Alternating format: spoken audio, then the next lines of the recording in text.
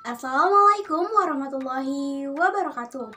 Halo anak-anak kelas 3, apa kabarnya hari ini? Bertemu lagi bersama Ibu Iis Mayanti, merupakan mahasiswa P3K Universitas Pendidikan Indonesia Kampus Purwakarta yang sedang bertugas di SDN 1 Negeri Kidul. Pada video pembelajaran kali ini, kita akan belajar bersama-sama mata pelajaran matematika bab 4 mengenai pengukuran panjang dengan satuan baku. Sebelum memulai pembelajaran, alangkah baiknya kita berdoa bersama-sama. Berdoa dimulai.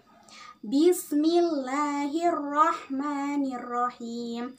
Raditu billahi rabbah wa bil islami dina wa bi Muhammadin nabiyya wa rasula. Rabbi zidni ilman warzuqni fahman. Shadaqallahul adzim. Berdoa dicukupkan. Adapun tujuan pembelajaran pada kali ini yaitu yang pertama, peserta didik dapat memilih alat ukur dan satuan panjang untuk mengukur benda dengan tepat. Yang kedua, peserta didik dapat mengukur panjang benda menggunakan satuan baku dengan tepat.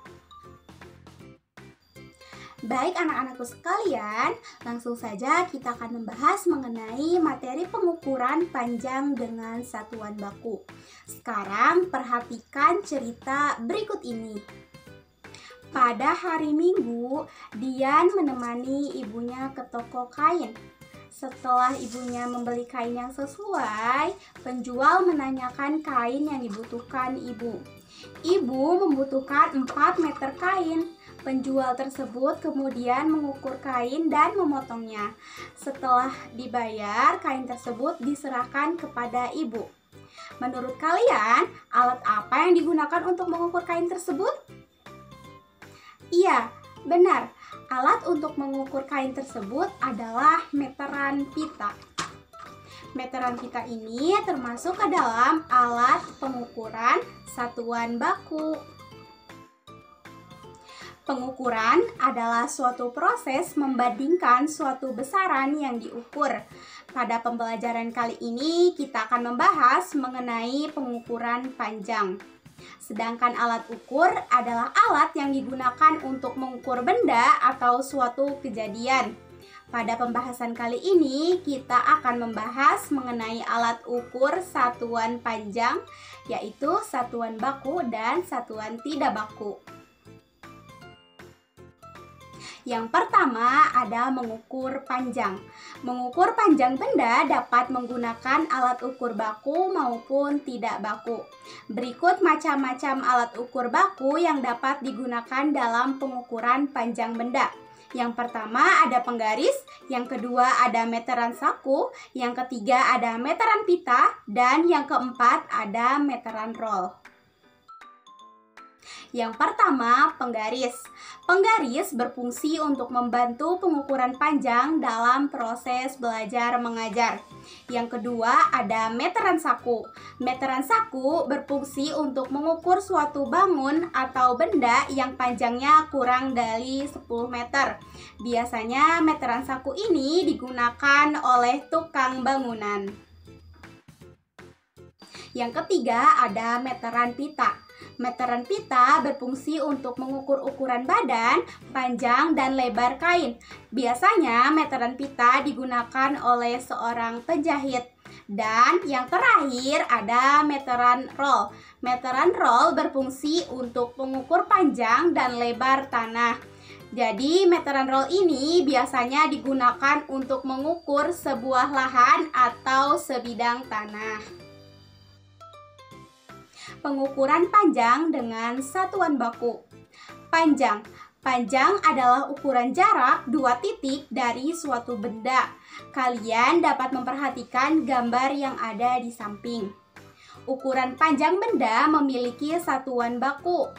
Satuan baku adalah satuan yang nilainya akan sama setiap kali pengukuran dilakukan. Satuan baku panjang yang dapat digunakan adalah sentimeter, cm, atau meter, atau m. Anak-anak hebat, sekarang perhatikan gambar di samping. Pertanyaan pertama, berapakah panjang penghapus tersebut? Dan pertanyaan kedua, apa satuan baku yang digunakan untuk menyatakan panjang tersebut? Ingat, pengukuran yang tepat selalu dimulai dari angka 0 cm. Setelah kita melihat gambarnya, panjang penghapus tersebut adalah 6 cm dan satuan baku yang digunakan adalah cm.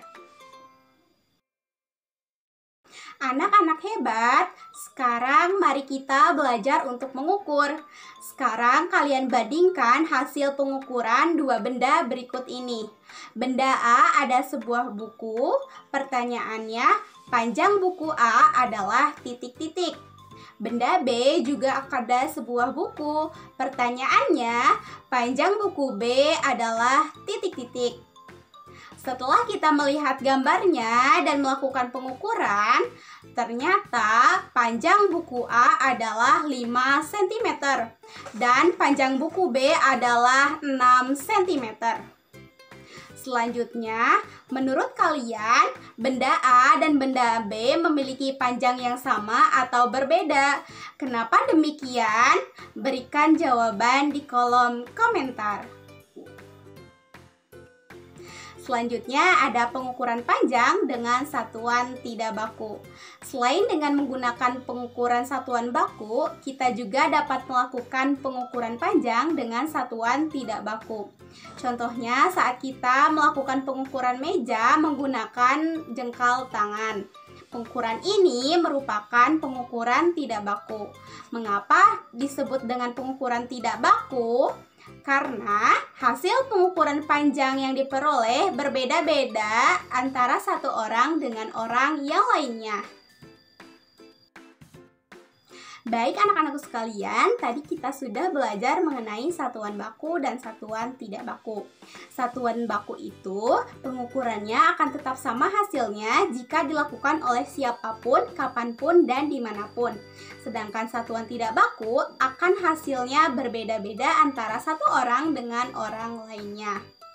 Cukup sekian pembelajaran yang dapat Ibu sampaikan.